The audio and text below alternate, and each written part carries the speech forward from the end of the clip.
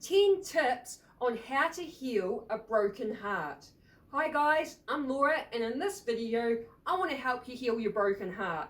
We've all been there. I've been there. I've actually been there recently, and I had to go through this process myself recently. So all these ideas are pretty fresh because it's the same things that I had to do to help heal myself. So let's start with number one. First thing you've got to do is you've got to accept what happened. Remove the fantasy in your head of how it was supposed to be. So we all build this picture in our minds when we're with someone on how you think it's going to go, or how you want it to go, or how it's supposed to go, and then it didn't go that way. Like it didn't go the way that you thought it should have gone. You've got to accept what happened and just let go of that fantasy. That's the first step, okay? Now, tip number two, you've got to process it. You've got to go through it, not around it. So what that means is, like, you want to sit with the pain, cry it out. Because to heal your emotions, you have to feel them. Feeling is healing. What a lot of people do is they suppress their emotions, push it down, bottle it down sort of thing, rather than actually dealing with it. And when you're doing that, you're just going to create more problems for yourself. So you've really got to go through that process of sitting with the pain, feeling it, crying it out, processing that pain so you can feel it to heal it and let it go. So tip number three, you want to detach from them. Completely cut off contact and take back your independence. That's a really powerful thing that you can do for yourself, is taking back your independence and just cutting contact. I had to do that, and it was the best thing you can do. You can't really, it's not going to work if you've had your heart broken and you still are trying to be friends with that person. It's only going to cause you more pain at the end of the day. Okay, so number four, you've got to take them off the pedestal. And a way to take them off the pedestal, because we all, when we like someone, we fall for someone, we put them up on this pedestal, we think they're so amazing, you've got the rose-tinted glasses on, and you overlook their flaws or red flags if they have red flags, right? And so we all do this, we put them up on the pedestal, but what you need to do is you need to take them down off this pedestal, and one way you can help you do that is you look at their flaws, acknowledge what flaws that they have, because everyone has them, right?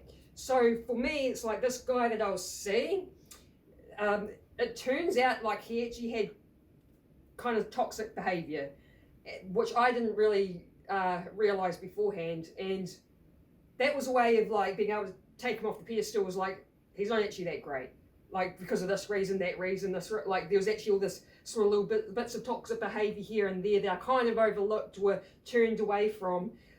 But in hindsight, like, he wasn't actually that great. Too much toxic behavior, and it actually isn't right for me. So yeah, take them off the pedestal, and just looking at the flaws that they have. And then number five, it's really important, because when you've had your heart broken, it's really easy to feel down about yourself. It's easy to feel like, you know, you don't have worth, or you're not validated, and things like this. So you need to practice self-love. You need to treat yourself right. And that could be things like, you know, getting in the gym, eating right, like looking after your physical health. That will definitely make you feel better within yourself if you're looking after your physical health. But also, you know, if you're in the gym and exercising, you're releasing happy chemicals in the brain as well, which will help boost your mood. So just start, instead of sitting around moping about this person, just get up, move that body, start focusing on making yourself look good, because when you look good, you feel good, and it will also give you a boost of happy chemicals, so it will help lift up your mood. Okay, so number six is spend time with your friends and family. Sometimes you get into a relationship with someone and you're all about that person, and you kind of may not talk to your friends and family as much because it's all about this new person that you're seeing and whatnot, or you know. So it's like, start reaching out to your friends and family and share your feelings with them. Like, open up to them, your friends and family, the ones that you can trust, and talk your feelings out with them, and it will just help you feel better connecting to someone, you know, a friend or family, and just getting that stuff out. So number 7 is have an imaginary conversation with the person, or write a letter to them. getting everything out that you need to say, and then say goodbye. So it's a way of you to get closure without actually having to see or talk to the person. You can still get closure without, you know, like just having an imaginary conversation, because having that closure, you know, it's important to have that goodbye, and so you're able to move on. So number 8 is focus on your goals and hobbies.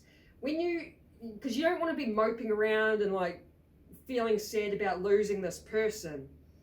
You're still your own person with your own hobbies and interests and goals in life. So take the focus off them and what's happened and what they've done, and put it on you, and you start just working on your own goals and hobbies, and that's another thing that will help lift your mood as well. Just start doing you, focusing on you, and just boosting your own mood. And like when you're doing goals and hobbies, like it's generally your happy place. Like your hobbies are like your happy place, you know? It's the things you enjoy doing by choice. So yeah, just start focusing on yourself and those sorts of things. So number 9, I recommend practicing relaxation techniques. Things like meditation, yoga, journaling, breathing exercises.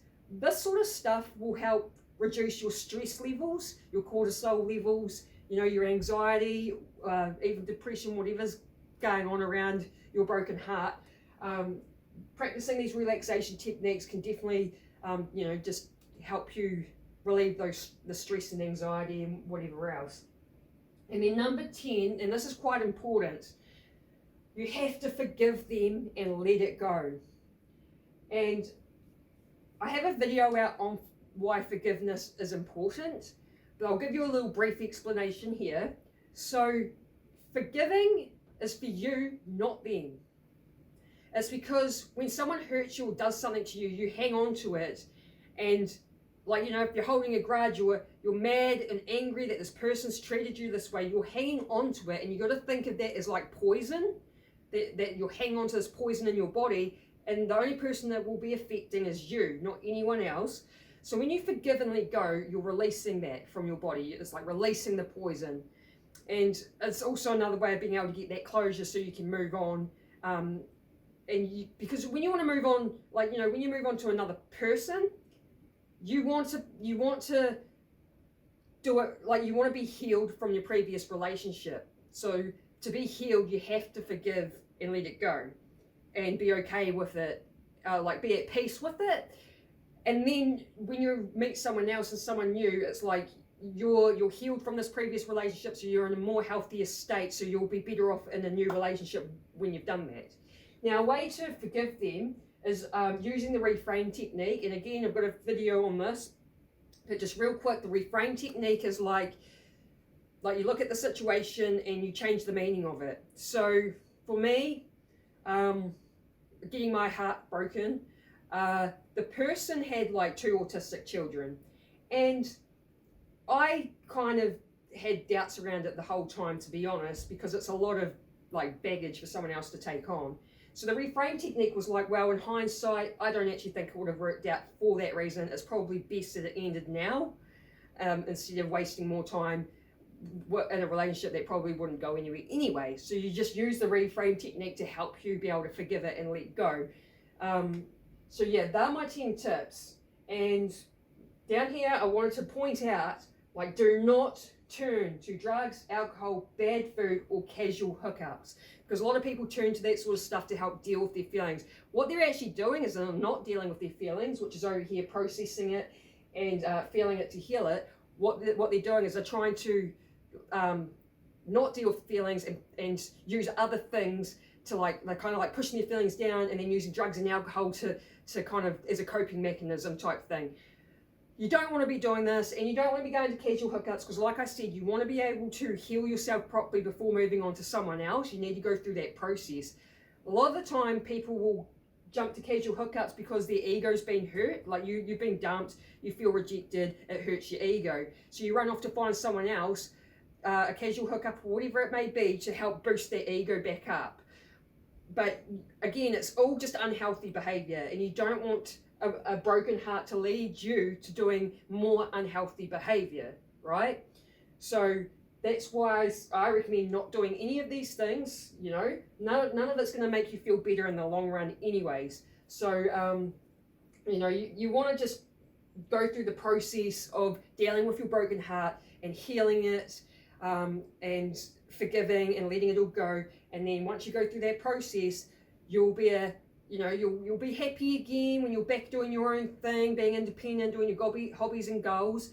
And then, you know, eventually you will find someone that's probably more better and more suited to you. For me, like this guy, just, it wouldn't have worked in the long run because he had toxic behavior, and I'm not about that sort of stuff anyways. It's just like, in hindsight, you just can see that it wasn't meant to be, and just believe that there is something better out there for you, and you will find it. So I hope you guys really took something out of this, and I hope you can use it to heal your broken heart and be able to move on and find someone better. So yeah, that's it for today. I hope you liked the video. Feel free to like, comment and share.